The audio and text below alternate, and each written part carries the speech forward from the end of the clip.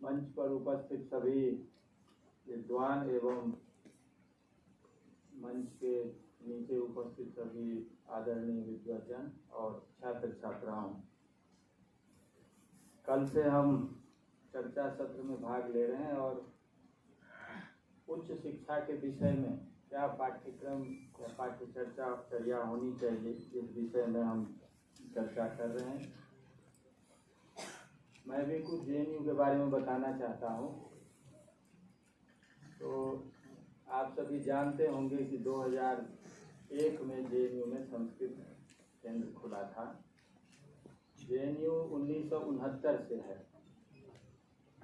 और 2001 से पहले ये वहाँ निश्चय था कि संस्कृत को नहीं खुलने देना। तो इस परिस्थिति में जब माननीय वाजपेयी जी की सरकार आई तो पहली बार आदरणीय मुरली मनोहर जोशी जी के प्रयास से और माननीय सुषमा स्वराज जी उस समय जेएनयू के कोर्ट मेंबर थी, तो इस आधार पे वहाँ आरंभ हुआ। लेकिन 2001 से लेकर और आप समझें कि 14 तक हम एक तरह से 32 दांतों के बीच में, आप सब समझते होंगे। लेकिन हमने न तो कभी हिम्मत हारी और उनके मन में था कि वही धोती कुर्ता पहन के पूजा कराने वाले संस्कृत वाले सब आएंगे। तो हुआ उसके विपरीत। जो हुआ उसके बाद हमने ऐसे 70 के आसपास कोर्स बनाए जो हमारे लिए उस समय ये चुनौतियां थी कि एकेडमिक काउंसिल में पास करना, और 2-3 छोड़ के सब सदस्य जो थे वो संस्कृत विरोधी थे। तो इसको ध्यान में रखते हुए हमने बहुत परिश्रम से ऐसे कोर्सेज बनाए जो संयोग से उसमें कोई ज़्यादा टिप्पणी नहीं कर पाए और वो सारे कोर्स पास हो गए। लेकिन दूसरी तरफ जो जेएनयू की विशेषता है वो भी हमें जानना चाहिए। हम जिस विषय पे अभी चर्चा कर रहे हैं ये पद्धति वहाँ 1969 से है और हम जिस विषय पर संस्कृत को लेकर चर्चा कर रहे हैं वो 2001 से हम कर रहे हैं। जेएनयू एक ऐसी जगह है जहाँ मल्टी डिसिप्लिनरी रिसर्च जो है वो उसके नेचर में, इसीलिए हमने जो कोर्सेज बनाए और आज तक हम जो कर रहे हैं वो उन सारी चीज़ों को कर चुके हैं और कर रहे हैं जिस पर हम विचार कर रहे हैं। इसलिए हमने संस्कृत से जुड़ा हुआ जो भी विषय है उन सारे विषयों पे शोध कराए। एक पहला बिंदु यहाँ बहुत महत्वपूर्ण है कि बहुविषयक संस्कृत विश्वविद्यालय, अभी हम उस पर चर्चा कर रहे हैं। कई जगह मैं भी कमेटी में था, तो संस्कृत विश्वविद्यालय को बहुविषयक होना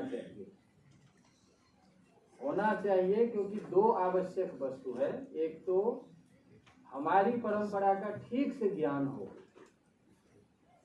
दूसरी बात कि हमारी परंपरा में जितने विषय हैं, क्योंकि हजारों वर्षों से संस्कृत अध्यापन और शोध की भाषा रही है, हजारों वर्षों से, जब से भारतीय संस्कृत सभ्यता है। इसीलिए हम सभी जानते हैं कि उसमें जीवन के जितने पक्ष हैं, जितने विषय हैं, हम सब पढ़ते पढ़ाते हैं, सब उसमें शोध रहा है। लेकिन अंग्रेजों के बड़ा सुनियोजित प्रयास के कारण संस्कृत जो पाठशाला पद्धति थी या जो संस्कृत की पारंपरिक जो पद्धति थी उसको एक कॉर्नर में ला दिया। इसका परिणाम ये हुआ कि संस्कृत पाठशाला या संस्कृत जो पारंपरिक विश्वविद्यालय है उसमें संस्कृत के अंदर जो विषय या संस्कृत भाषा का ज्ञान तो होता है, लेकिन उसके समकक्ष जो मुख्य विश्वविद्यालय आज के समय में है उसमें जिन विषयों की पढ़ाई होती है उससे उसका कोई संबंध नहीं है। तो ये एक कारण रहा है जिससे कि संस्कृत के शिक्षक और संस्कृत के छात्र जो भारत के जो दूसरे विषय हैं या दूसरे विषय में जो चर्चा प्रचलित है या वैश्विक स्तर पर जो नैरेटिव बनते हैं वैश्विक स्तर पर जो विषय हैं जो ज्वलंत हैं, जिसका उत्तर देना हमारे शास्त्र के लिए बहुत आसान है। बहुत वो चीजें हैं जो उसका उत्तर दे सकता है और उससे आगे की बात भी ले जा सकता है। उस डिस्कशन में हम सम्मिलित नहीं हो पाते। तो एक ये हमारी जो अपनी है वो हमारे कारण नहीं है, वो अंग्रेजों के कारण। इसीलिए अपनी परंपरा की बहुत निंदा करने से कुछ नहीं होगा। वो देखना होगा कि किस परिस्थिति में संस्कृत के लोग एकांगी हो गए। और मैं तो कई मंच पे मैं बोल चुका हूँ, बड़े बड़े डिबेट में मैं बोल चुका हूँ कि संस्कृत परंपरा की आलोचना वो व्यक्ति करता है जो सबसे ज्यादा संस्कृत को धोखा दिया।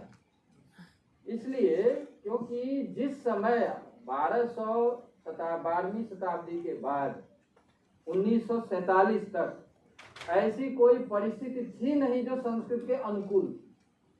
फिर भी 12वीं शताब्दी से लेकर और 1835 तक जो मैकॉलियन एजुकेशन था, उस समय हमारे आचार्यों ने फिर भी संस्कृत की जीवंत परंपरा कायम रखी थी। दिक्कत यह है कि हम उन पक्षों पे चर्चा ही नहीं करते जिन पक्षों को लेकर आज हम गौरवान्वित होते हैं या होना चाहिए। 12वीं शताब्दी से लेकर और 19वीं-20वीं शताब्दी तक ऐसे हजारों ग्रंथ लिखे गए संस्कृत में जो भारतीय ज्ञान परंपरा को पोषित करता रहा है। और वो सैकड़ों ऐसे हैं। जितनी नव्य नए भाषा विकसित हुई है वो उसी काल में हुई है। रामानुजाचार्य से लेकर और 20वीं-19वीं शताब्दी तक जितने आचार्य भाष्यकार हुए हैं सब उसी समय हुए। जितने भक्ति आंदोलन के लोग हुए वो उसी समय हुए और उसमें बहुत सारे लोग संस्कृत के विद्वान थे। तो इसलिए हमारे आचार्यों ने उस समय तो बिल्कुल कायम रखा है। ये सारी समस्या हुई है 1835 के बाद, जब संस्कृत को कॉर्नर करने के लिए उसके पैरेलल में ये मेन स्ट्रीम यूनिवर्सिटी को इस्टेब्लिश किया गया। और मेन स्ट्रीम यूनिवर्सिटी में वो सारे सब्जेक्ट दूसरे नाम से आ गए जो पाश्चात्य चिंतन पर आधारित है और जो संस्कृत के पैरेलल सब्जेक्ट के आधार पर तय कर दिए गए। इसलिए और उनको रोजगार से जोड़ दिया गया। तो 1835 के बाद जब हमारे यहाँ विश्वविद्यालय खुलने लगे हैं, तब से हमारे लोगों को जब रोजगार देना बंद कर दिया, संस्कृत का उपहास उड़ाना शुरू कर दिया, तो उसके बाद हमारे ही लोगों ने अपने बच्चों को अंग्रेजी पढ़ाना शुरू किया और बाकी ये समस्या आई है।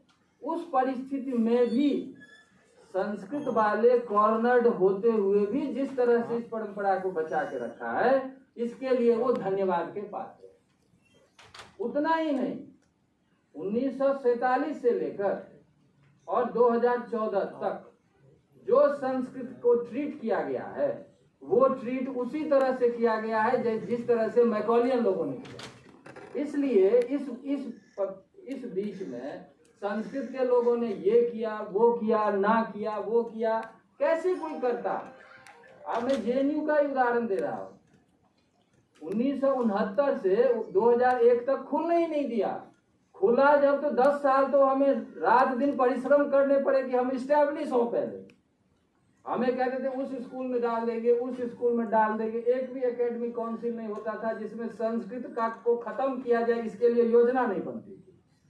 वो तो वाइस चांसलर फिर भी हमारे साथ कुछ कुछ होते थे, तो इसी कारण हम बच गए। और दूसरा अपना पुरुषार्थ था। ऐसा हम जितने 5-6 शिक्षक थे, हमने इतनी मेहनत की, इस तरह के कोर्स डेवलप किए कि उनको समस्या होने लगी, प्रश्नों के उत्तर नहीं दे पाते थे। फिर हमारे ऐसे प्रोडक्ट आए कि हमारे विद्यार्थी बड़े बड़े पदों पे, हमारे ऐसे भी बच्चे हुए हैं कि फर्स्ट टाइम में 31st रैंक लाया है यूपीएससी में। ऐसे बच्चे हैं जो ढेरों आईपीएस, ढेरों जो अलाइड सर्विस में गए। उस परिस्थिति की मैं बात कर रहा हूँ। आज वो बहुत जगह कलेक्टर है, बहुत जगह बड़े बड़े पद पे। तो हमारा प्रोडक्ट ऐसा हुआ कि उस पर भी कोई उंगली उठा नहीं पा सकते थे। तो कहने का मेरा मतलब है कि वास्तविक में 2012 का हमें पता ही है। 2012 की घटना जब कपिल सिब्बल शिक्षा मंत्री थे और ई अहमद राज्य मंत्री थे, उन्होंने ही गेटे इंस्टीट्यूट से समझौता करके चुपके से संस्कृत को जर्मन में बदल दिया। आज हम कहते हैं ना कि समाज से हम लेंगे, हम विचार लेंगे, ये लेंगे। उस समय कहाँ विचार चला गया। उस समय तो हमें पता भी नहीं था कि संस्कृत के शिक्षक को जर्मनी भेज दिया गया कि वहां से ट्रेनिंग लेके आओ और आपको जर्मन पढ़ाना है केंद्रीय विद्यालय में। यदि 2014 में सरकार नहीं आती तो आज केंद्रीय विद्यालय का कुछ और स्वरूप होता संस्कृत के विषय में। ऐसी अनंत चीजें हैं जिसको संस्कृत के लोग झेलते रहे हैं। इसीलिए 2014 से पहले वो सारी परिस्थिति थी जो अंग्रेज की परिस्थिति थी संस्कृत के विषय में पर्टिकुलर। तो इसीलिए 14 के बाद एक स्वतंत्र हमें माहौल मिला है। अब क्या करना है इस पे विचार करना चाहिए। इससे पहले ये बच गया, यही बहुत बड़ी बात है। दूसरी बात, एक जो हम पहला बिंदु लेकर चले हैं जिसपे कि अभी चर्चा शुरू हो गई है,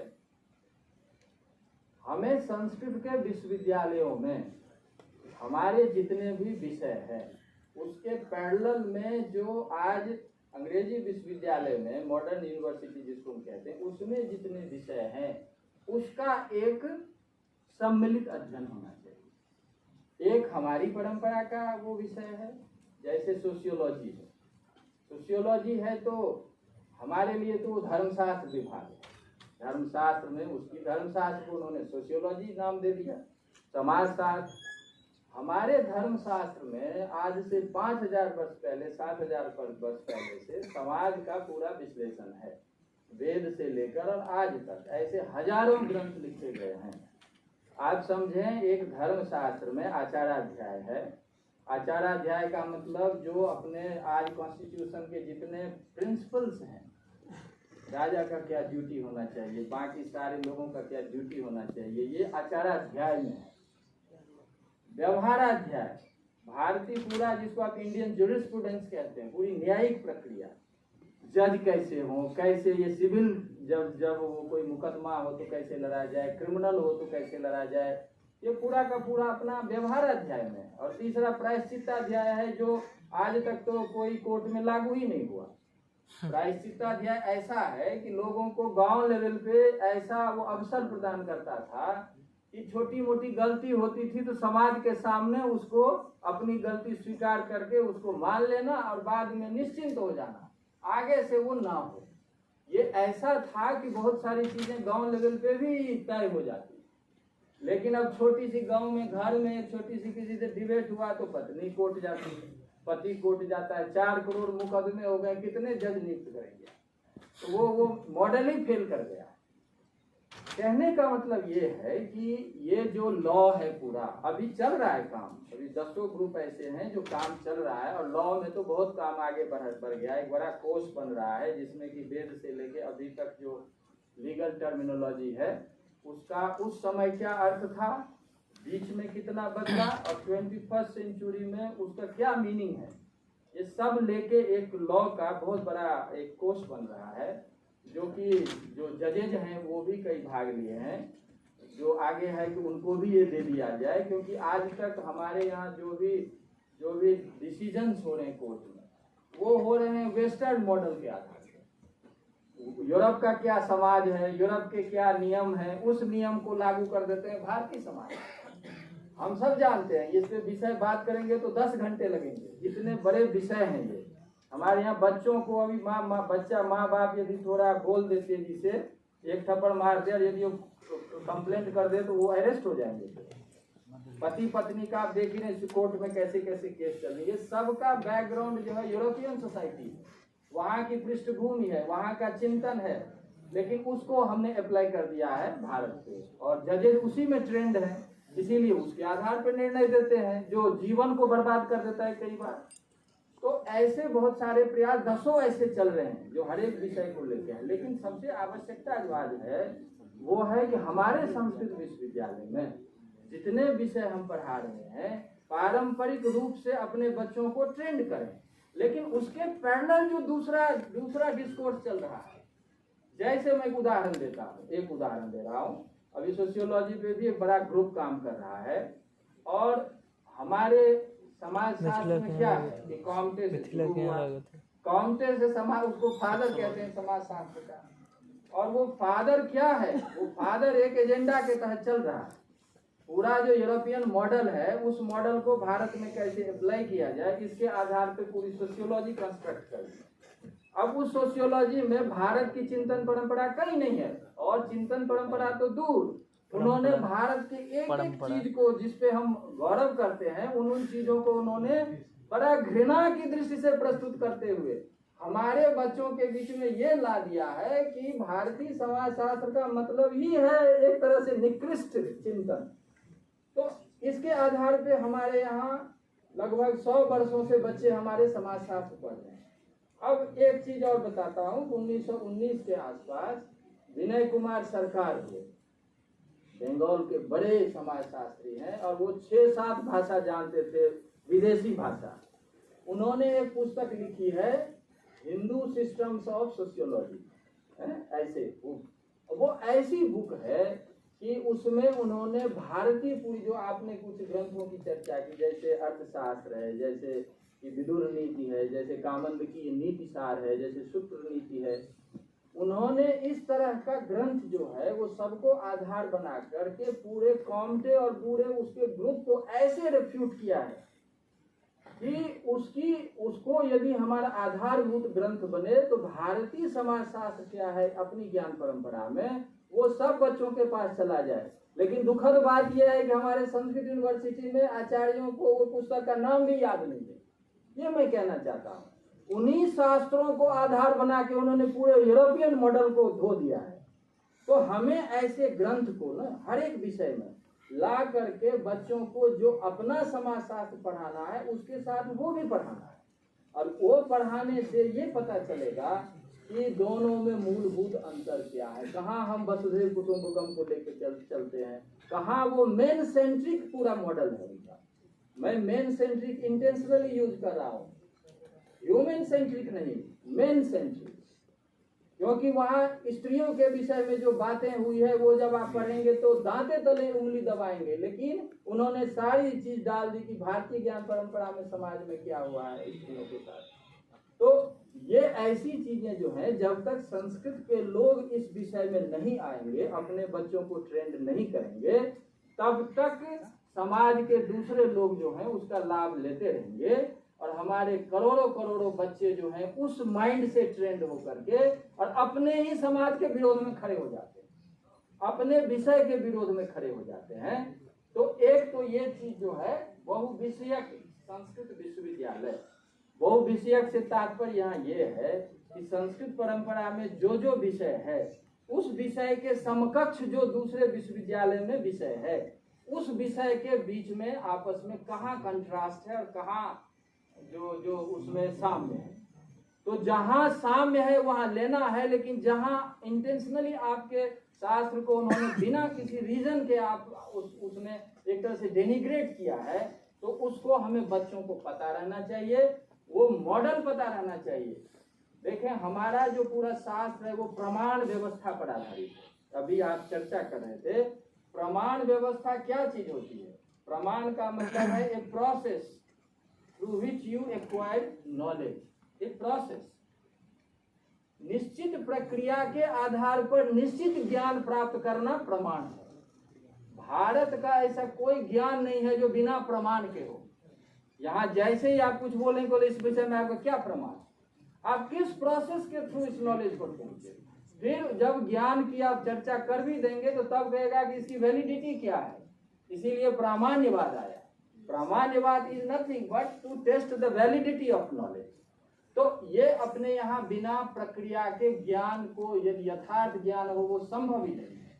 लेकिन आज तक यूरोप में प्रमाण व्यवस्था बनी, आज तक वहां प्रमाण शास्त्र नहीं है, जिसकी जो मर्जी होती है वो अपने ढंग से उस चीज को एक्सप्लेन करता है आज भी। दूसरी बात है अपने यहाँ पूरी वाद परंपरा। अभी आप जो चर्चा कर रहे थे कि भारत में ऐसा दुनिया का एक देश भारत है जिसमें बिना शास्त्रार्थ के या बिना विद्वानों के आपसी संवाद के किसी सिद्धांत को निर्धारित ही नहीं किए जा सकते। वादी प्रतिवादी भ्याम निर्णितोर्थ सिद्धांत, ये पूरी अपनी परंपरा है। इसके आधार पे वाद परंपरा जिसमें वाद जल वितंडा पूरा जो न्याय के 16 पदार्थों में ये 3 पदार्थ है कि मैं 1 मिनट में सिर्फ इसको लेते हुए 1-2 बिंदु करके मैं समाप्त करूंगा बात कि वाद कहते किसको। वाद ये है कि जो तत्व बुभुत्सु कथावाद, सत्य तक कैसे पहुंचे, इस विषय में जो डिबेट हो वो वाद है, और ज्ञानी जन के आधार पर जो निर्णय लिया जाए। दूसरा है जल्प। जल्प का क्या अर्थ है? जो बिजगिसु कथा जल्प हो, जैसे शंकराचार्य मंडन मिश्र के बीच में संवाद हुआ, वो है कि हमें सत्य तक पहुंचना है, लेकिन हमें ये भी ध्यान रखेंगे कि हम जीतेंगे। और तीसरा है वितंडा। वितंडा का मतलब अपना पक्ष छोड़कर बाकी दूसरे की गलती ढूंढना, इसके आधार पर उनको डिफीट करना, ये वितंडा। ये भारत की परंपरा है। दुनिया में कहीं भी ऐसी शास्त्रार्थ परंपरा नहीं है जिसके आधार पे हम सत्य तक पहुंच सकते हैं। तो इस देश में जहां अभी आप जो चर्चा कर रहे थे कि जो पद वाक्य प्रमाणज्ञ एक शब्द है जो सबसे ज्यादा भाषा की दृष्टि से जरूरी है, क्योंकि पद का मतलब है व्याकरण का ज्ञान होना चाहिए। जब तक पद संरचना, जब तक शब्द बनता कैसे है, इसका जब तक ज्ञान नहीं होगा तो वो बहुत दूर तक कैसे जा सकता है। इसीलिए व्याकरण को पद शास्त्र कहते हैं। दूसरा है वाक्यार्थ शास्त्र या वाक्य शास्त्र, वो मीमांसा है। मीमांसा का मतलब यह है कि वाक्य क्या चीज है, उसे अर्थ कैसे निकलता है, दो वाक्यों का परस्पर संबंध क्या है, पूरे ग्रंथ में जितने वाक्य हैं उन आपस में सभी वाक्यों का क्या संबंध है।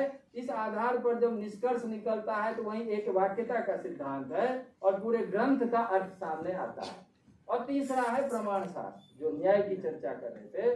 तो प्रमाण शास्त्र का क्या मतलब, उन्हीं वाक्यों को तार्किक रूप से आप कैसे प्रस्तुत कर सकते हैं। इसीलिए पंचावय वाक्य की बात, यहाँ सिद्धांत की बात आती है। तो ये भाषा के विषय में जब तक मैं एक बिंदु बार बार सुनता हूँ, नई एजुकेशन पॉलिसी में भी है, और मुझे ये आज तक तो ठीक नहीं लगा है, लेकिन जो सबका निर्णय है वो मेरा भी निर्णय है। बार बार हम कहते हैं कि रटना गलत है, रटना गलत है। ये भारत यदि रटता नहीं तो वेद बचता कैसे? भारत यदि रटता नहीं तो जिस विषय में आज आप नैरेटिव डेवलप करना चाह रहे हैं, किस विषय के आधार पर डेवलप करना चाह रहे हैं? यूरोपियन नॉलेज सिस्टम के आधार पर डेवलप करना चाह रहे हैं। This is the only tradition, Sanskrit tradition. और संस्कृत ट्रेडिशन जो आज तक बचा है, इतने विदेशी आक्रमणों के बाद केवल रटने से बचा है। और इसीलिए हमारे ऋषियों ने ये जटा पाठ, घन पाठ आदि जो 8 पाठ तय किए ना, उस तय करने के कारण भारत की एक पूरी परंपरा केवल रटती रही है। इसीलिए वेद अक्षरशः बचा हुआ है।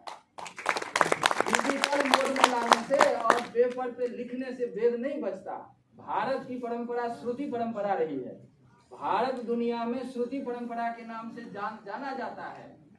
दुनिया की दूसरी सभ्यता और ज्ञान क्यों नहीं बच पाया? आपने इसका कभी उत्तर खोजा है? इसलिए नहीं बच पाया क्योंकि वो लेखनी में थी। भारत की परंपरा इसीलिए बची क्योंकि वो श्रुति में थी, और जब श्रुति में थी तो वहाँ ऋषियों का एक चिंतन था कि कोई भी विपदा आए, कोई भी किसी प्रकार की समस्या हो, यदि एक व्यक्ति में भी वेद रहेगा मन के अंदर तो रिक्रिएट किया जा सकता है। इसीलिए हमारे लोगों ने इसको बचाया है। तो मुझे नहीं पता कि कस्तूरी रंगन जी का क्या चिंतन है। इसरो तो ठीक है, हमारे बड़े आदरणीय वैज्ञानिक है, लेकिन रटने पे इतनी निंदा क्यों हो रही है, मुझे ये नहीं समझ में आ रहा। रटने को हमें ये लेना चाहिए कि आप स्मरण करने के या रटने, कंठस्थ करने के साथ साथ उसका अधिगम, कंठस्थ करने के साथ साथ उसकी समझ हो। और कोई हम पहली बार हमने नहीं बोला ये, यास्काचार्य ने ये बात कही है। अब निरुक्त में देखिए, अनगना अभी सुस्के दो न तज ज्वलति करहिचित। कि कहते हैं कि केवल रट लेने से और उसको नहीं समझने से वो वही स्थिति होती है जैसे लकड़ी में आग तो छिपी हुई है लेकिन लकड़ी जल नहीं। ये हजारों साल से ये हमारे लोग विचार करते रहे हैं। तो हम ये क्यों कह रहे हैं कि जो रटना नहीं है, रटना भी है। हमारे जो आदरणीय कुलपति जी है, उन्होंने भी अमरकोश रटा है, मैंने भी अमरकोश रटा। अभी जब व्याकरण पढ़ने, मैं तो 10वीं तक संस्कृत पढ़ा। आपने कुछ बताया तो मैं भी अपने बारे में बता देता हूँ। 10वीं तक संस्कृत पढ़ा, लेकिन उतना अच्छा नहीं लगता था। 11वीं 12वीं में नहीं पढ़ा। मैं एक्चुअली मैथमेटिक्स का स्टूडेंट था और बीए में मैंने मैथ्स के साथ संस्कृत इसलिए लिया क्योंकि यूनिवर्सिटी में टॉप करना है, ये मेरा मकसद है। लेकिन जब मैं संस्कृत पढ़ना शुरू किया, और मैंने ऐसे नहीं पढ़ा, कॉलेज में पढ़ता था लेकिन गुरु के साथ बैठ के प्रॉपर व्याकरण पढ़ता था, तो व्याकरण पढ़ा पूरे सिद्धांत कौमुदी तक। तो उनकी ये पहली शर्त थी, जब मैं गया तो पहले बोले धोती पहन के आना है, दूसरा बोले कि जितना मैं पढ़ाऊंगा उससे पहले उसको याद करके आना है, ये नहीं कि पढ़ाने के बाद याद करना है, जितना याद करोगे उतना मैं समझाऊंगा। तो आप समझे कि फुल स्टॉप कॉमा सहित व्याकरण मैंने पूरा रट लिया इस पार से उस पार, सिद्धांत पर। और वो जो चीज है ना, मुझे लगता है कि जिंदगी में उससे बड़ी पूंजी कोई है। आज भी जो कुछ कर रहा हूँ उसमें सारे मल्टीडिसिप्लिनरी रिसर्च है, उसका मूल आधार है। फिर एक दिन अचानक बोले कि मेरी इच्छा है कि आप अमरकोश रट लें, तो हम तो उत्तर देते नहीं थे, बोले ठीक है रट लेंगे, तो 2-3 साल पूरा अमरकोश रट लिए। तो कहने का मतलब है कि मैं रट लिया, इसका मतलब ये नहीं कि मैं नहीं समझ रहा हूँ, मैं ठीक से समझ रहा हूँ, वेस्टर्न के पॉलिटिक्स को भी समझ रहा हूँ, ग्लोबल लेवल पे जितने इश्यूज हैं वो भी समझ रहा हूँ, नैरेटिव कैसे क्रिएट किया जा सकता है वो भी समझ रहा हूँ। तो रटने की इतनी निंदा न की जाए, वो जरूरी है, क्योंकि अमरकोश याद है तो कल पूरा खत्म हो जाएगा तो दोबारा बन जाएगा ना, ये जरूरी है। मेरा ये निवेदन है कि संस्कृत विश्वविद्यालय में इस पैरेलल को क्रिएट किया जाए, जिससे कि अपने विषय के साथ बच्चों को दूसरे विषय में क्या है वो भी बताया जाए, पहली बात। दूसरी बात, जो आज के समय में मेन स्ट्रीम यूनिवर्सिटी है, उसमें जैसे हमने यहाँ पे लिख दिया है ना बहुविषयक संस्कृत विश्वविद्यालय, तो वहाँ पे भी लिखना है कि संस्कृत ज्ञानोपेत दूसरा विश्वविद्यालय। जितने जेएनयू में जितने विषय हैं, हम सारे विषय में संस्कृत के ज्ञान हैं, लेकिन हम पॉलिटिकल साइंस हो, सोशियोलॉजी हो, वहाँ सबसे ज्यादा फैकल्टी और सबसे ज्यादा विरोधी भारतीय ज्ञान की। ऐसे ही इंटरनेशनल रिलेशंस की बात है, ऐसे ही वो लैंग्वेज है। आज समझे कि हिंदी में, हम हिंदी की इतनी बात कर रहे हैं, लेकिन जेएनयू में हिंदी 1857 से पढ़ाई होती है। 1857 से पहले भी पढ़ाई, भक्ति आंदोलन नहीं पढ़ाते हैं वो, क्योंकि वो कहीं न कहीं ट्रेडिशन से जुड़ जाए, ठीक है। तो हिंदी में संस्कृत कैसे आए, हमारी जो पूरी परंपरा है उसका ज्ञान हिंदी से कैसे जुड़ जाए, समाज शास्त्र में हमारे ज्ञान से कैसे जुड़ जाए। पूरा जेएनयू और डीयू जो दर्शन विभाग है वो भारतीय दर्शन को दर्शन ही नहीं मानता, टेक्स्ट पढ़ाना तो दूर की बात। तो वहां पे दर्शन विभाग में हमारी जो कुलपति हैं, अभी तो उन्होंने कहा था कि हम भारतीय दर्शन वाले की नियुक्ति करेंगे उसमें, लेकिन डीयू में तो मुझे नहीं लगता है ऐसा कुछ ज्यादा हुआ है। तो दर्शन विभाग में संस्कृत कैसे आए, क्योंकि भारतीय दर्शन तो संस्कृत में है, ना तो वहाँ कोई टेक्स्ट पढ़ाया जाता, ना टेक्स्ट के आधार पे कोई एनालिसिस किया जाता है। तो पूरा का पूरा वेस्टर्न फिलोसफी जो है वो वहाँ का फिलोसफी हुआ, दर्शन फिलोसफी डिपार्टमेंट है। तो दर्शन में कैसे आए, हमारा जो अंतर्राष्ट्रीय संबंध है उसमें कैसे आए, भूगोल है। मैं एक उदाहरण देना चाहता हूँ, अभी इस पे भी बड़ा ग्रुप लगा हुआ है, काम हो रहा है। हम सप्तद्वीपा वसुमती कहते हैं, पतंजलि कहते हैं महाभाष्य में, तत्र प्रयत्न क्रियताम सप्तद्वीपा वसुमती। भारत ने पृथ्वी को कैसे जाना, जब भारत में इतने व्यापार हो रहे थे, इस समय दुनिया कोई सोच नहीं रहा था और भारत के लोग पूरे विश्व में व्यापार कर रहे थे, वो अमेरिका हो या साउथ अफ्रीका हो या इधर इंडोनेशिया हो, तो उनके सामने कौन मैप था, वो कैसे इस यात्रा पे जाते। तो अपने यहाँ पूरी की पूरी सप्तद्वीपा वसुमती का कॉन्सेप्ट है। हम तो संकल्प में बोलते हैं ना कि जम्बू द्वीप, भरत खंडे, ये सब बोलते हैं, फिर हम संकल्प लेते हैं, ये जम्बू द्वीप है क्या। दूसरे बात है कि कुश द्वीप है, ऐसा ट्रेडिशन में है कि भगवान राम ने लव और कुश को, पृथ्वी को 2 भागों में दे दिया था। एक जो साउथ अफ्रीका है उसको कुश द्वीप कहते हैं, और कुश द्वीप कहते हैं तो ऐसे मिली है कि वहाँ के कुछ लोगों में आज भी वो संस्कृति है। तो वो क्या चीज है, उसका स्ट्रक्चर क्या, प्लक्ष द्वीप क्या है, हिरण्य द्वीप क्या है, भारत के लोगों ने पूरी पृथ्वी को कैसे देखा, इस पे बहुत काम चल रहा है। आने वाले समय लगता है कुछ वर्षों में ये पूरा मैप आ जाएगा कि कौन कहाँ है। आज के समय में आधा यूरोप और आधा एशिया जम्बू द्वीप है। और सुमेरु पर्वत की जहाँ बात करते थे, बहुत जबरदस्त है कि जो अपना कैलाश पर्वत है वो सुमेरु पर्वत के रूप में उसकी बहुत सारे आंकड़े आए हैं। ये जो हमारे संस्कृत विश्वविद्यालय है उनको इस विषय में भी छात्रों को ले जाना चाहिए, जितने विषय हैं। और जो हमारा जो मेन स्ट्रीम यूनिवर्सिटी आज के समय में है उसके सभी विषयों में संस्कृत का ये स्वरूप आना चाहिए। और दोनों मिलके जब रिसर्च होगा तभी आज के सोसाइटी के लिए वो सबसे ज्यादा उपयुक्त है। तो एक पहला बिंदु तो ये है जो बहुत है। दूसरा, सक्रिय जो संकाय है इसमें हमें लगता है कि थोड़ा हमें कठोर बनना चाहिए कि जो नियुक्ति हो अध्यापकों की उसमें ऐसा प्रतीत होता है कि बहुत ऐसे अध्यापक आज भी नियुक्त हो रहे हैं जो उसके योग्य नहीं है। हम जितना ये कार्यक्रम कर रहे हैं, यदि हम ऐसे अध्यापकों की नियुक्ति कर देंगे जिसको न तो इधर का ज्ञान है न उधर का ज्ञान, तो वो आदमी 30-35 वर्षों तक सारे 35 जनरेशन को खराब करेगा। और दूसरे जो अच्छे फैकल्टी हैं वो कोई काम नहीं करेंगे।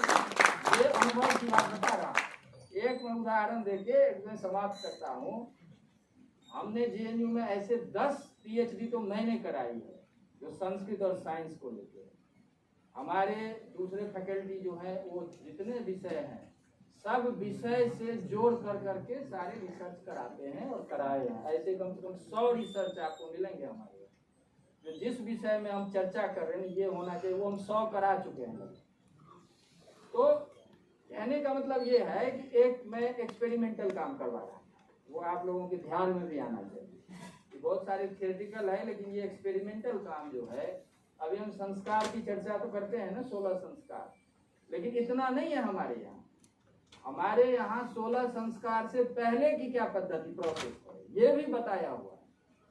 पूरे यजुर्वेद ट्रेडिशन में ये बताया हुआ है कि किस प्रकार की संतति चाहिए। आप यदि उस विधि का पालन करते हैं तो वैसी ही संतति होगी। लड़का चाहते तो लड़का होगा, लड़की चाहते तो लड़की होगा, ये भी मेथड दिया हुआ है।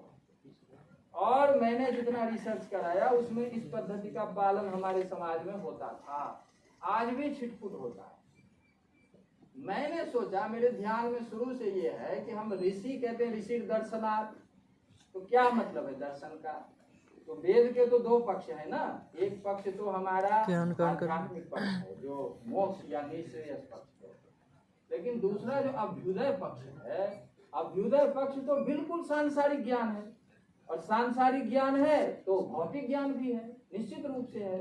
तो उसके भी ऋषि हैं, ऋषि के तो दोनों के ऋषि है ना। जितना भौतिक ज्ञान के ऋषि है उतने ही आध्यात्मिक ज्ञान के ऋषि हैं। तो मैंने पूरा ट्रेडिशन का जब स्टडी किया तो मुझे लगा कि ये तो पूरा इस पर एक्सपेरिमेंट किया जा सकता है।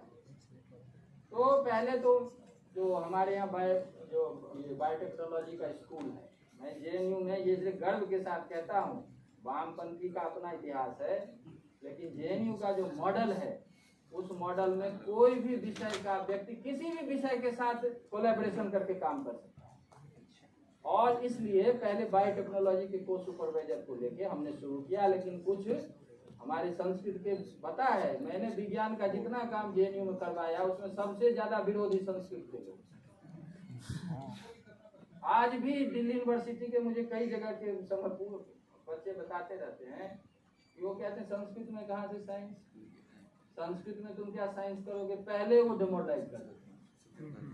तो मैं अपना अनुभव बता रहा हूँ कि हमारे कुछ संस्कृत के लोग, ये 2005 से बात कह रहा हूँ, तो संस्कृत में क्या साइंस होगा। अच्छा, मेरा थोड़ा बैकग्राउंड साइंस का है, मुझे तो समझ में आ जाता है कि यहाँ साइंस होना चाहिए। तो बायोटेक्नोलॉजी के थे, बाद में उनको इधर उधर थोड़ा हुआ तो हमने मॉलिक्यूलर मेडिसिन, हमारा बहुत हाई लेवल का जो स्कूल है साइंस का, वो गोवर्धन दास हैं जो बीजेपी से टिकट से चुनाव भी लड़े थे बंगाल में, लेकिन वो बहुत उच्च स्तर के वैज्ञानिक, उनके साथ मिलके हमने ये काम शुरू किया। और यजुर्वेद ट्रेडिशन में जो मेथड है उस मेथड के आधार पे जितने इंग्रेडिएंट्स उसमें चाहिए, जितने वस्तु चाहिए, उसका पेस्ट बना के फिर विद्यापीठ में ही अपने प्रोफेसर पांडे जी वीसी थे, उन्होंने 2 बार, एक बार तो कोरोना के कारण खत्म हो गया क्योंकि उसमें सारे लॉकडाउन हो गए, दोबारा बनवा के फिर यज्ञ में उसको रख के और फिर उस पेस्ट का हमने मॉलिक्यूलर मेडिसिन का जो एक मॉडर्न साइंस का जो लेटेस्ट जो उसका मॉडल है, उसके आधार पे सारा हमने उसका एनालिसिस किया। आपको आश्चर्य होगा कि खाद वाला जो अन्न होता है उसकी प्रॉपर्टी का जब हमने टेस्ट किया तो उसकी अलग आ रही थी प्रॉपर्टी। बिना खाद के गोबर इत्यादि के आधार पे जो अन्न हुआ और उसकी जो प्रॉपर्टी हुई उसमें चेंज आ गया। और उस पेस्ट को बिना यज्ञ किए हुए और यज्ञ करने के बाद उसकी प्रॉपर्टी में जमीन आसमान का फर्क आ गया। आप समझें, इसमें है प्रिस्क्राइब की उदुम्बर की लकड़ी होनी चाहिए। उदुम्बर का मतलब गुलर, उदुम्बर की लकड़ी से ही श्रुबा बनेगा, उदुम्बर की लकड़ी से ही वो पात्र बनेगा जिसमें कि वो पेस्ट रखा जाएगा। और उदुम्बर की लकड़ी को श्रुबा को पकड़ के आप लगभग 320 डिग्री सेंटीग्रेड होता है जब वो जो टिप ऑफ द फायर है, जो अग्नि जो ऊपर में लपटें आती है तो उसका जो तापक्रम होता है, उसके उस पर यदि गाय घी लेके आप यदि उदुम्बर की श्रुबा को लेके आप आहुति डालते हैं, सीधे आपके जीन की प्रॉपर्टी को असर करता है सीधे। ये मैं सारा टेस्टेड चीज बता रहा हूँ, कोई थियरी नहीं बता रहा हूँ। उसके बाद उस यज्ञ में सारा उस विधि को ध्यान में रखते हुए जब हमने उसका साइंस के आधार पर एनालिसिस किया तो आपको आश्चर्य लगेगा कि वो वैज्ञानिक जो थे वो दांते तले उंगली दबाने लगे। उन्होंने कहा कि ऐसी भी विधि है वेद में, उसकी ऐसी प्रॉपर्टी चेंज हो गई सारी कि वो प्रॉपर्टी यदि किसी पेरेंट्स में आ जाए तो निश्चित रूप से वो उन्नत संतान के जितने प्रॉपर्टी चाहिए सब उसमें आ जाता है। तो 2 पक्ष है। एक पक्ष 1600 यानी गर्भाधान से पहले जो कपल है वो कैसी मेथड अपनाए, कैसा उसका 15 दिन महीना आहार विहार से, और जब गर्भाधान हो उसके बाद से 16 संस्कार। तो दोनों को लेकर जब आप देखेंगे तो आपको लगेगा कि ऋषि हम उसको कहते हैं जिसने एक प्रॉपर मेथड के तहत वो सारा उसके रिजल्ट को ध्यान में रख के और फिर लोगों को ये बताते थे, विधि बताते थे कि आप ऐसे यदि आप करेंगे तो आप उन्नत संतति को प्राप्त कर सकते हैं। ऐसे काम हमने बहुतों किए हैं और जो कि मुझे लगता है दूसरे यूनिवर्सिटी को भी हमारी जहाँ सहायता हुई हम तो तत्पर ही रहते हैं। लेकिन इस तरह का काम एक में छोटा जो अभी जो चर्चा चल रही है कि 2003 में जब आदरणीय मूल्यवान संयोग से वो विज्ञान के भी थे बड़े विद्वान और संस्कृत भी बहुत प्रेम था उनमें, तो एनसीईआरटी में उनका आदेश आया एक ऐसी पुस्तक बने जो 11वीं 12वीं के विज्ञान के छात्रों के लिए हो। जनरली होता क्या है कि 11वीं 12वीं के विज्ञान के छात्र अंग्रेजी लेते हैं लैंग्वेज के, तो वो आई बात कि एक ऐसी संस्कृत भाषा को लाया जाए, लेकिन भाषा वहाँ भाषा की दृष्टि से ना हो, भाषा वहाँ विषय की दृष्टि से, कि जैसे पैरेलल में उनको फिजिक्स केमिस्ट्री बायोलॉजी वो पढ़ते हैं वैसे ही हमारे संस्कृत ज्ञान में फिजिक्स के क्या कंटेंट हैं, केमिस्ट्री के क्या है, बायोलॉजी के क्या है, मैथमेटिक्स के क्या है, वो विषय लाया जाए जिससे कि उनका पैरेलल नॉलेज, एक तरफ वो पढ़ रहे हैं फिजिक्स केमिस्ट्री मैथ, दूसरी तरफ वो भारतीय ज्ञान में कहाँ है फिजिक्स केमिस्ट्री मैथ, इसको लेके एक बुक बनाया जाए। तो उस पर हम लोगों ने लगभग 3 साल काम किया। अब उसका नाम है संस्कृत वाङ्मय में विज्ञान कहते हैं। बहुतों के पास होगा, नहीं होगा तो उसको देखना चाहिए। 10 अध्याय हैं उसमें और बड़ा प्रामाणिक रूप से IITs के साइंटिस्ट, मैथमेटिशियन, संस्कृत के बहुत सारे लोग मिलकर उसको तैयार किया और वो उसमें लिखा हुआ है कि 11वीं 12वीं के विज्ञान के छात्रों के लिए। लेकिन संजोग ऐसा हुआ कि 2004 में कांग्रेस की सरकार आ गई और इस बीच में वो सारी पुस्तक बिक गई, दोबारा रिप्रिंट ही नहीं किया और उसको दबा दिया। अभी मुझे डायरेक्टर साहब मिले थे तो मैंने बोला तो बोले नहीं, मैं उसका उनका अंग्रेजी अनुवाद भी कराइए इसका, तो वो भी लगे हुए हैं। कहने का मतलब ये है, हो गई है सर। एक बार जब उससे पहले थे ना वो डायरेक्टर साहब, हाँ तो हम तब भी गए थे, तो वो बड़ा सीरियसली लेते, त्रिपाठी जी को बुलाए थे हमारे सामने, लेकिन इनको भी कहा है। तो वो कुछ मटेरियल है, एक अभी और भी बुक हम लोगों ने बनाई थी AICTE के कोलैबोरेशन से।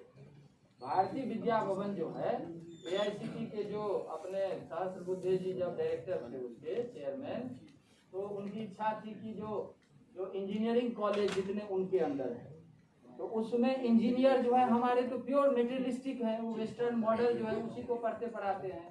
तो उनका विचार था कि भारतीय ज्ञान जो है, यही भारतीय ज्ञान परंपरा की जो हम बात कर रहे हैं, उसका एक टेक्स्ट बुक बने, जो टेक्स्ट बुक उनको कंपलसरी किया जाए। कॉलेज के जो इंजीनियर बच्चे पढ़ रहे हैं उनको ये पढ़ना पड़ेगा कि भारतीय ज्ञान क्या है। तो AICTE के कोलैबोरेशन से भारतीय विद्या भवन ने एक पुस्तक प्रकाशित की 2 वॉल्यूम, उसका नाम है भारतीय विद्या सार, तो वो भी 2 वॉल्यूम में छपी है। तो ऐसे जो है हमें ये चीज करना है, और जो हमारे जो शिक्षक हैं उनको जरूर हमें जो सब दृष्टि से ठीक है उनकी नियुक्ति हो। दूसरी बात, जैसे कभी आपने भी कही और हम सब ये जानते हैं कि पहली क्लास से लेकर, शिक्षा नीति में है ये बात, पहली क्लास से लेकर और उच्च अध्ययन तक दोनों में कोई खंडता ना हो। हमें पहली क्लास का बच्चा PhD तक जाएगा, वही 12वीं में जाएगा, वही ग्रेजुएशन में जाएगा, वही PhD करेगा, तो उसकी ट्रेनिंग वहां से इस रूप में शुरू हो जिससे कि वो वहां तक एक सुरताल में जाए, ये नहीं कि बीच में एक खंड खंड की बात ना हो। एक और बात कि कल हम सुन रहे थे, बहुत अच्छा बोल रहे थे, जो वो उड़ीसा के थे, तो बहुत अच्छा बोल रहे थे कि 2 चीज है। आप देखिए, जब BA के बाद कोई बच्चा MA में आता है ना, तो फिर हम ये नहीं एक्सपेक्ट करते कि वो भाषा सीखेगा, ठीक है। तो इनको ध्यान में रखना है कि पहली क्लास से लेकर और 12वीं तक, या जहां तक आप समझते हैं, वहां तक भाषा पक्ष प्रबल हो। लेकिन जब वो BA MA में आए तो उस समय कोई कहेगा कि मम नाम राम कुमार है तब नाम की, वो नहीं सीखने का हम एक्सपेक्ट करते। तो उसको वहां से ये ध्यान में रखना है कि BA तक वो भाषा में ट्रेंड हो जाए, क्योंकि वहां के बाद विषय शुरू होता है। भाषा एक पक्ष है उसका, क्योंकि भाषा में भी रिसर्च है, हमारा एक पक्ष है, लेकिन बाकी जितने विषय हैं उस विषय में विषय प्रधान हो जाता है। हम ये मान के चलते हैं कि ये लैंग्वेज में ट्रेंड है। तो एक चीज ध्यान में हमें रखना है कोर्स बनाने में। दूसरी बात और एक और है कि जैसे आपने कही कि हम JNU में आज भी है, 2001 से आज तक चल रहा है कि ग्रेजुएशन किसी भी विषय में हो, यदि हमारे एंट्रेंस को वो क्वालिफाई करता है तो हम मानते हैं कि वो भाषा जानता है। क्वेश्चन का ऐसा पैटर्न होता है कि उसमें वो सारे पक्ष पूछ लिए जाते हैं कि कोई यदि संस्कृत ना जानता हो तो वो एंट्रेंस क्वालिफाई नहीं करेगा। लेकिन यदि कोई BSc साइंस करके आया है और यदि वो संस्कृत, ये जो JNU MA संस्कृत का एंट्रेंस क्वालिफाई करता है, तो वो उसको हम लेते हैं। और आपको बताएं, ये साइंस का जितना मैंने काम करवाया वो वही बच्चे किए हैं जो साइंस में ग्रेजुएट करके आए। क्यों ऐसा है? क्योंकि जो हमारे जो साइंटिस्ट हैं JNU के, उनके और मेरे बीच में सेतु वही बच्चा हो सकता है जो ग्रेजुएशन तक साइंस पढ़ा है, क्योंकि लैब की अपनी टर्मिनोलॉजी है और हमारे शास्त्र की अपनी टर्मिनोलॉजी। ऐसा बच्चा जो संस्कृत में जान रहा हो लेकिन ग्रेजुएट भी हो साइंस के उसमें, तो वो क्या करता है, लैब के साथ क्या पूरा सीक्वेंस बनता है वो ठीक से समझता है। लेकिन अब केवल संस्कृत उसको पढ़ाते हैं तो आप उससे संस्कृत के विषय में तो अच्छा से रिसर्च करवा सकते हैं, लेकिन जिस क्रांतिकारी जो आंदोलन की बात हम सोच रहे हैं, उस क्रांतिकारी आंदोलन में उसकी टर्मिनोलॉजी में उसको ट्रेंड होना चाहिए। तो इसलिए यदि कोई बच्चा, यदि कई होते हैं, मुझे ध्यान में आया कि कई घर में पढ़ लेते हैं संस्कृत, कई गुरुकुल में कहीं अपना गुरु के पास बैठ के पढ़ लेते हैं और वो डिग्री नहीं है उसके पास, तो हम ये मान लेते हैं कि संस्कृत का विद्यार्थी नहीं है। लेकिन वो यदि एंट्रेंस क्वालिफाई करता है और दूसरे सब्जेक्ट में ट्रेंड है तो संस्कृत का उसको संस्कार है और विषय को ठीक से जानता है, तो उसके साथ आप जो जो काम हम करना चाहते हैं, क्योंकि आप एक्सपेक्ट नहीं कर सकते कि सोशियोलॉजी में कॉम्टे क्या कह रहा है, उस कॉम्टे में हमारे जो संस्कृत विश्वविद्यालय के बच्चे हैं वो कॉम्टे की पूरी फिलॉसफी जान रहा है, उसके पूरे पीछे पूरा जो ब्रिटिश गवर्नमेंट की प्लानिंग है भारत के बारे में, किसके समाज को कैसे तोड़ा जाए, इसको आप समझ रहे हैं। ये वो व्यक्ति नहीं उसमें ट्रेंड है, तो उसको वो उसके लिए नहीं होता है, इसीलिए हमें उनको ट्रेनिंग देनी चाहिए, या ऐसे बच्चे जो ट्रेंड है वो उसको भी हमें एडमिशन लेना चाहिए। तो ये बहुत सारे विषय हैं। हिंदू स्टडीज अभी हमने शुरू किया, लास्ट बोल के समाप्त करता हूँ। अभी हिंदू स्टडीज हमने शुरू किया है, उसका कोर्स बनाने में मैं बहुत शामिल रहा हूँ और उसका यही पर्पस है। हम जो अभी जिस चिंतन हमारा चल रहा है, तो हिंदू स्टडीज में भी ये है कि ग्रेजुएशन तक किसी भी सब्जेक्ट का हो, लेकिन यदि वो एंट्रेंस क्वालिफाई करता है तो वो हिंदू स्टडीज में एमए कर सकता है।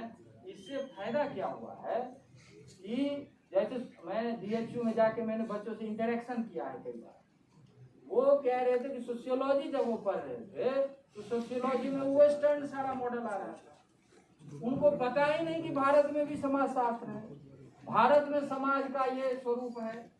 लेकिन अब वो हिंदू स्टडीज में जहाँ वो पढ़ रहे हैं, 1 साल के बाद उनके चिंतन में परिवर्तन आ गया। बोले कि ये तो हमसे छुपाया जा रहा था सारा, अब वो कह रहे हैं कि हम उनसे डिबेट करने के लिए तैयार हैं। तो ऐसा जितनी अपनी बातें हैं उन सब बातों को ध्यान में रख के उसको डिजाइन किया गया है। अब वो बहुत 20-25-30 यूनिवर्सिटी में भी फैल गया है और उसमें विषय सारे 90% तो संस्कृत के हैं, लेकिन चैनलाइज है। एक बात और कि हम जो संस्कृत विश्वविद्यालय में पढ़ रहे हैं वो हम पढ़ रहे हैं इस दृष्टि से, लेकिन जब हम वहाँ के बच्चे को तैयार करते हैं तो एक भावना जो है कि भारत का जो एक अखंड राष्ट्र की दृष्टि है, भारत का जो एक सनातन चिंतन है, भारत की वो सारी चीजें जो हैं वो सब उसके केंद्र बिंदु में। अभी हम जब न्याय पढ़ते हैं तो न्याय का पढ़ते रहते हैं, साहित्य पढ़ते हैं तो साहित्य का पढ़ते रहते हैं, लेकिन न्याय की दृष्टि अंत में भारत के लिए क्या है, साहित्य की दृष्टि अंत में भारत के लिए क्या है, दूसरे विषय की दृष्टि अंत में भारत के लिए क्या है। और भारत के लिए इस दृष्टि से है कि भारत में न्याय वेदांत का पूर्व पक्ष नहीं है, अभी भारत का पूर्व पक्ष है पाश्चात्य चिंतन। तो उस पाश्चात्य चिंतन को जो 100-150 वर्षों से हमारे कई पीढ़ियों को खत्म कर चुका है, वो हमसे ही लड़ रहे हैं, हमारे शास्त्र के विरोध में। तो उस चिंतन को कैसे हमारे चिंतन से उसको काउंटर किया जाए। हमारा जो वसुधैव कुटुंबकम है या सर्व समावेशित्व है या सबको साथ लेकर चलने का है, वो एक पक्ष है। दूसरा है कि दूसरे की चीज को कब्जा कर लेना है, व्यक्ति के भोग से संपन्न है, प्रकृति उसके लिए उपभोग की वस्तु है। इन दो चिंतनों के बीच का जो काउंटर है, वो काउंटर के लिए तो पूर्व पक्ष मानना पड़ेगा ना। तो हम जो भी पाठ्यचर्या तैयार करें ये ध्यान में रखें, एक अपनी परंपरा को समझना, दूसरा जो पाश्चात्य चिंतन ने हमारे समाज को अभी खंडित करने पे लगा हुआ है उसके चिंतन को काउंटर करना, क्योंकि हमारे आचार्यों ने आरंभ से यही किया है। ये जो पंचांग पक्ष है, विषयो विषयस्यैव पूर्व पक्षस्य तथोत्तरम निर्णयश्चेति पंचांगम, ये 5 का जो मॉडल है, इस मॉडल के आधार पे पूर्व पक्ष को हमें समझना पड़ेगा। उत्तर पक्ष जो हमारा है उसको स्थापित करने के लिए उस रूप में प्रस्तुत करना पड़ेगा और प्रस्तुत करते हुए अपने बच्चों को इस रूप में ट्रेंड करना पड़ेगा कि वो आगे शास्त्र की रचना करे और शास्त्र की रचना करते हुए वैश्विक स्तर पर अपने ज्ञान को स्थापित करे। तो ऐसी बहुत सारी चीजें हैं जिस पे हमें विचार करना चाहिए, और विचार करते यदि हम पाठ्यक्रम हम यदि बनाएंगे, उस आधार पे यदि हम सब मिल के लगेंगे, विश्वविद्यालय में इसको लागू करना आसान है, लेकिन विश्वविद्यालय में जो शिक्षक हैं उन शिक्षक को उस मोड में लाना बोलिए, तो उस मोड में ला करके हम अपनी चीज को स्थापित कर सकते हैं। और यदि ऐसा होता है तो हम बहुत अल्प समय में हम बहुत चीजें कर सकते हैं। तो मुझे यहाँ बोलने के लिए एक अवसर आप लोगों ने दिया, इसके लिए बहुत धन्यवाद। और हम सभी मिलकर इसको आगे बढ़ाएं। बहुत बहुत